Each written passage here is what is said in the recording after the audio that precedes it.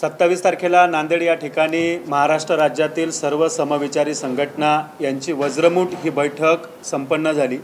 त्या बैठकीमध्ये महाराष्ट्र राज्यामध्ये सामाजिक संघटनेवर होणारे हल्ले, शेतकऱ्यांची कर्जमाफी, त्याचबरोबर जनसुरक्षा कायदा या संदर्भात आमची चर्चा झाली। त्याचबरोबर वादग्रस्त या राज्यामध्ये अनेक मंत्री आहेत, त्या मंत्र्यांच्या माध्यमातून किंवा काही ठराविक लोकांनी ठरून आमच्या कार्यकर्त्यांवर जे हल्ले केले, त्या कार्यकर्त्यांना रात्रीच्या वेळी त्या ठिकाणी जामीन होतो। दुसऱ्या हल्लेखोराला प्रवीणदादा गायकवाडनं ज्यांनी हल्ला केला त्या हल्लेखोराला टेबल जामीन मिळतो। या सगळ्या गोष्टींच्या निषेधामध्ये आमची एक वज्रमूठ झालेली आहे की चळवळी करायच्या की नाही, आम्ही चळवळींमध्ये काम करायचं की नाही, या राज्य सरकारचं नेमकं आंदोलन करणाऱ्या सामाजिक संघटनेच्या बाबत धोरण काय, याच्यासाठी राज्याचे मुख्यमंत्री देवेंद्रजी फडणवीस यांची उद्या आम्ही वर्षा निवासस्थानी भेट मागितलेली आहे। उद्या सकाळी 11 वाजता आम्ही सर्व राज्यातल्या समविचारी संघटना, काही संघटना आता मुंबईला पोहोचलेल्या आहेत, काही संघटना इथे आज रात्री मुक्कामी येऊन उद्या आम्ही सर्वजण त्या ठिकाणी 11 वाजता वर्षा निवासस्थानी राज्याच्या मुख्यमंत्र्यांना आमच्या होणाऱ्या अन्यायासंदर्भात तिथं आम्ही वाद घालायला नाही तर त्यांच्याशी चर्चा करायला जाणार आहे। चर्चेतून त्यांच्याकडून आम्ही मार्ग विचारणार आहोत की ज्या पद्धतीनं पक्षाचे कार्यकर्ते सामाजिक चळवळीच्या कार्यकर्त्यांवर या भ्याड हल्ले करतात, त्या कार्यकर्त्यांना तुम्ही संरक्षण देतात आणि आमचे कार्यकर्ते फक्त निवेदन द्यायला गेलं तर त्यांना 8-8 दिवस तुम्ही जेलमध्ये टाकतात, हा न्याय कोणता आहे? कारण देवेंद्र फडणवीस हे राज्याचे मुख्यमंत्री आहेत, ते राज्याचे गृहमंत्री आहेत, त्याच्यामुळे त्यांची जबाबदारी आहे आमचं संरक्षण करणं। आम्ही भीत नाहीत, परंतु कायद्याचा धाक आम्हालाच का? पोलिसांच्या माध्यमातून आमच्यावरच खोटे नाटे गुन्हे का दाखल होता या राज्यामध्ये? आमच्यावरच भ्याड हल्ले का होत आहे? मग आम्ही या राज्यामध्ये लोकशाही राहिली नाही का? या राज्यामध्ये तुम्ही हुकुमशाही आणायचा प्रयत्न करताय का? या सर्व प्रश्नांवर त्यांच्याशी चर्चा करण्यासाठी आम्ही सर्व शिष्टमंडळ त्यांच्याकडे वेळ मागितली आहे। ते निश्चितपणे आम्हाला वेळ देतील। त्यांनी आम्हाला वेळ दिली नाही तर आम्ही वर्षाच्या दारावर त्या ठिकाणी ठाण मांडून बसू, जोपर्यंत राज्याचे मुख्यमंत्री आमच्या या 12-13 मागण्यांच्या संदर्भात आम्हाला सकारात्मक चर्चा आमच्याशी करणार नाही, याच्यावर ते तोडगा काढणार नाही, तोपर्यंत आम्ही त्या ठिकाणून परत येणार नाही। ही भूमिका नांदेड येथे घेतली असल्यामुळे आज नाशिक जिल्ह्यामध्ये दुसरी वज्रमूठ बैठक या सर्व समविचारी नाशिक जिल्ह्यातल्या सुद्धा संघटनेना या गोष्टीची माहिती देण्यासाठी आजची बैठक संपन्न झाली। परंतु उद्या आमचा जो निर्धार आहे की राज्याच्या मुख्यमंत्र्यांकडून आमच्या संरक्षणाची हमी काय आणि होणाऱ्या हल्ल्यांच्या संदर्भात त्या संदर्भित लोकांना मुख्यमंत्री त्यांच्यावर कडक कारवाई करणार आहेत की नाही, ह्या सगळ्या गोष्टींसाठी उद्याची ही आमची भेट आहे। 30 संघटना महाराष्ट्रातल्या त्या ठिकाणी उपस्थित होत्या।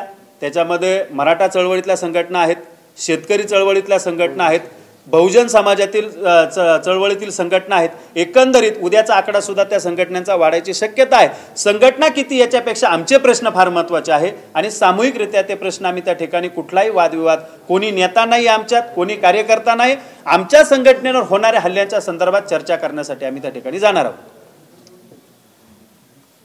मंत्र्यांच्या राजीनाम्याचा विषय घेतला, परंतु तुम्ही फडणवीसांना भेटणार आहात।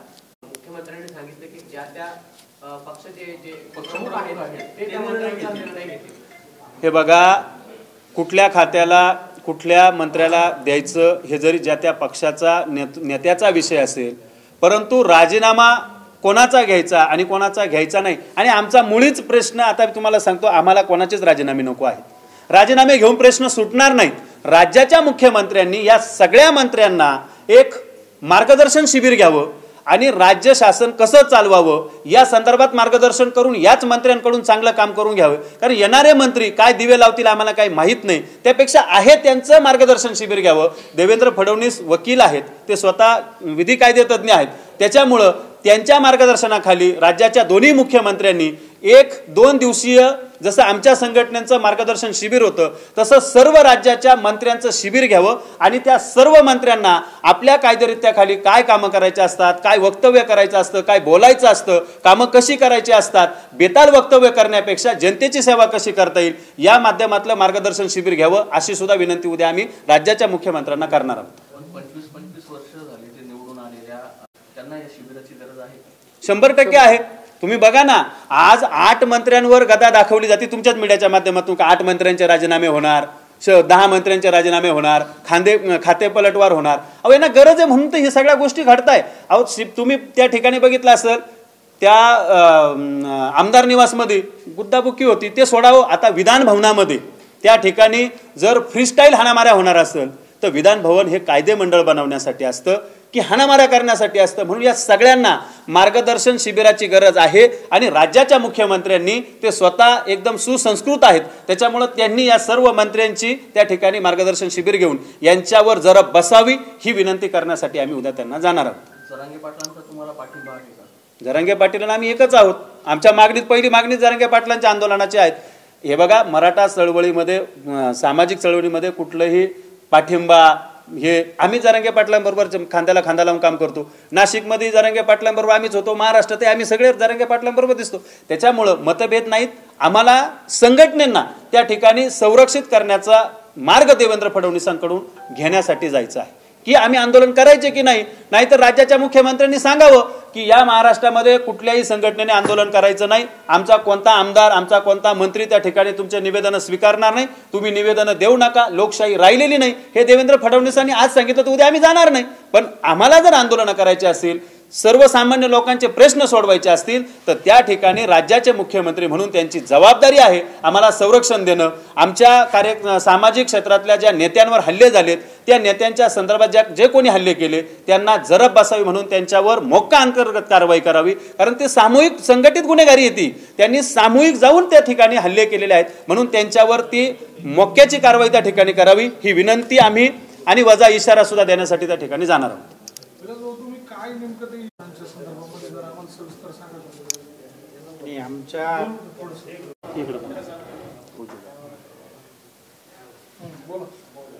आमचे जे विजू घाडगे आहेत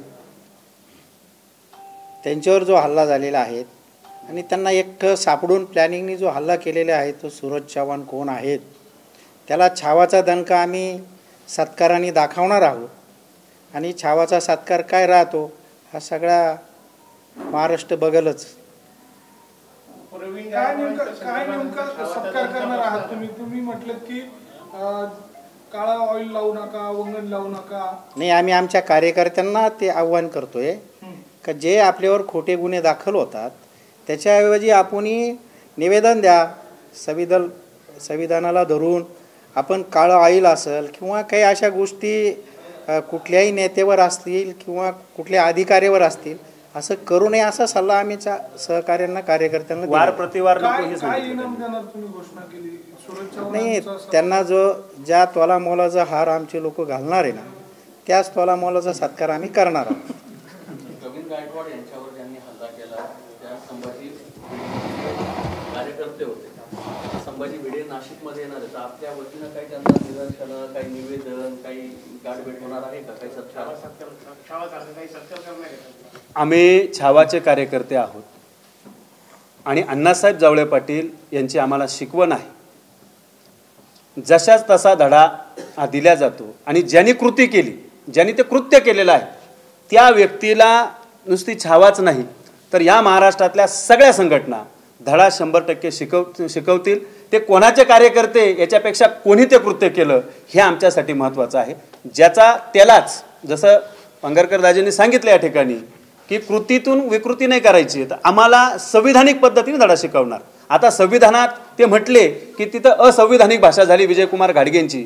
आता त्या सूरज चव्हाणला असेल किंवा तो प्रवीण दादांना हल्ला करणारा असेल, यांना असंविधानिक भाषा कशी असती आणि ती संविधानात कशी करायची ही भाषा छावा स्टाईलने किंवा सर्व संभाजी ब्रिगेड असेल, संभाजी सेना असतील, छावा संघटना असतील, संभाजी ब्रिगेडच्या सगळ्या कक्ष असतील किंवा मराठा महासंघ असतील, या सगळ्या संघटनेच्या माध्यमातून आम्ही तो देऊ. या सगळ्या कृत्याच्या मागची जी आयडियोलॉजी आहे तिची जनक छावाच्या पद्धतीने जो सत्कार करणार आहे तसा काही सत्कार करणार आहे तुम्ही? आम्ही त्यांना निवेदन देऊन त्यांची भेट घेऊ आणि योग्य तो सत्कार करू.